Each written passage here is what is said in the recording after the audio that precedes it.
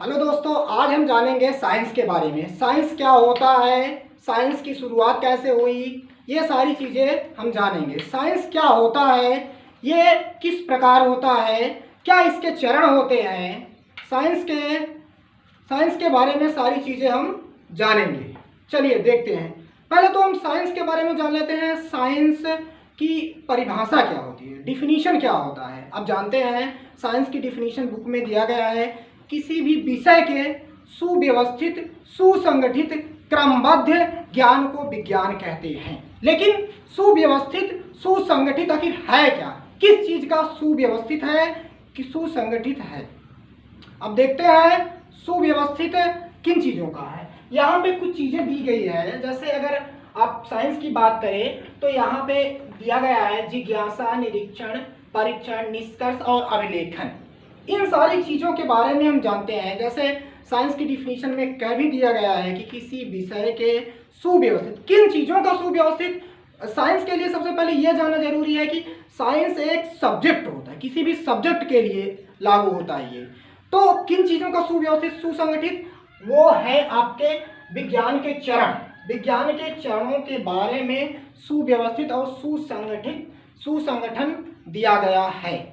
जो कौन से हैं, जैसे अगर हम विज्ञान में देखें तो किसी भी चीज़ के बारे में हमें खोज अगर करनी होती है, जैसे आप जानते हैं पेन का आविष्कार और फैन यानी पंखे का आविष्कार जो हुआ है, वो पहले डायरेक्टली पंखे का आविष्कार नहीं हो गया है। पहले आप जानते हैं पुराने ज़माने में ये होता था कि राजा महाराजाओं के पास कुछ वो होते थे जो उनको पंखा देते थे, धीरे धीरे इस तरह के पंखे देते थे।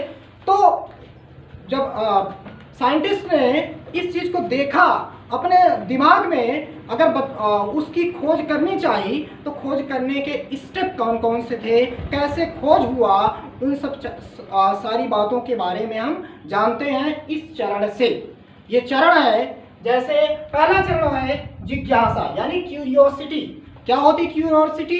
क्यूरियोसिटी वह चीज़ होती है, जैसे आप किसी भी चीज़ के बारे में खोज करना चाहते हैं, तो उसके बारे में अगर खोज करना चाहते हैं तो सबसे पहले हम क्या करते हैं, उसे अपने मन में विचार लाते हैं, जिज्ञासा लाते हैं, क्यूरियोसिटी लाते हैं।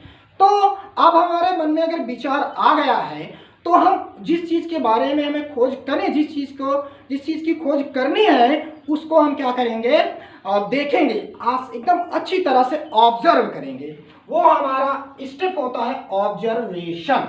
ये है हमारा ऑब्जर्वेशन। अब हम जैसे मान लीजिए फैन के आविष्कार अगर किसी ने किया है तो वो पहले देखा, उसके मन में विचार आया होगा हम करें इस चीज़ की खोज, तो वो उससे रिलेटेड चीज़ों को देखा होगा कि वो कैसे घूमे। फैन जो होता है घूमता है तो हमें हवा देता है, तो वो घूमने वाली ऐसी चीज़ को अगर देखा होगा कि ऐसे अगर घूमे शायद हमें हवा दे सकता है, तो उसे हम कहते हैं ऑब्जर्वेशन। हमारे 2 स्टेप पूरे हुए। नेक्स्ट स्टेप है एक्सपेरिमेंट। आपने सुना है कि इलेक्ट्रिक बल्ब का आविष्कार थॉमस एल्वा एडिसन ने किया। लगभग 1100 एक्सपेरिमेंट या 1200 एक्सपेरिमेंट के बाद ही उन्हें बल्ब का आविष्कार उन्होंने किया था। तो बल्ब के आविष्कार में सबसे जरूरी बात है, किसी भी चीज़ के एक्सपेरिमेंट की सबसे जरूरी बात ये होती है कि वो होता है उसका एक्सपेरिमेंट करना।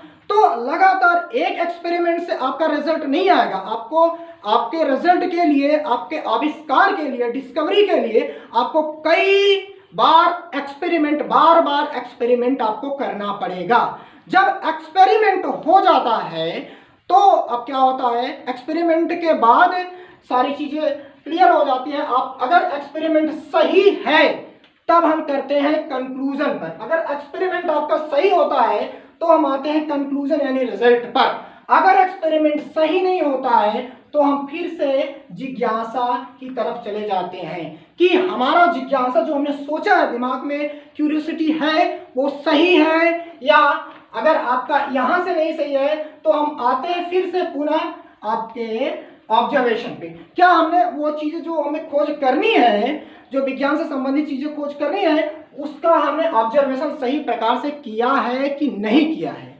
अगर किया है तो सही है कि नहीं है। अगर सही होता तो एक्सपेरिमेंट हमारा सही है, अगर एक्सपेरिमेंट हमारा सही आ गया है तो हम आते हैं उसके कंक्लूजन यानी रिजल्ट पर। अगर वो चीज एकदम अच्छी तरह हमसे बनी हुई है, मतलब वो एक्सपेरिमेंट एकदम हूबहू जैसा हम चाहते थे वैसा बन गया है, तो अब हम आते हैं बाद में उसके रिजल्ट डिस्कशन के बाद आते हैं राइटिंग यानी अभिलेखन में, कि यह हमने कौन कौन सी चीज़ें मिला। जैसे आप जानते हैं कि किसी भी चीज़ की खोज होती है तो उसके बाद में क्या क्या जब खोज हो जाती है तो उसका रिटर्न मैसेज हम देते हैं कि ये ऐसे से बना है, ये ISO सर्टिफाइड है, ये इसमें इतनी इतनी चीज़ें लगी हुई है बनने के लिए, तो वो हमारा होता है अभिलेखन। अभिलेखन, तो ये सारी चीज़ें हैं साइंस के चरण। ये जो आपके पास ये पांचों दिए गए हैं, 1 2 जैसे जिज्ञासा, निरीक्षण, परीक्षण, निष्कर्ष और अभिलेखन, ये है साइंस के चरण। इस तरह साइंस सिर्फ और सिर्फ एक किसी भी विषय के बारे में जान लेना ही साइंस नहीं होता है, बल्कि साइंस के लिए ये पांचों स्टेप लागू होने चाहिए, तभी ये होता है साइंस। इसके बाद हम पुनः अन्य चीज़ों के बारे में डिस्कस करेंगे।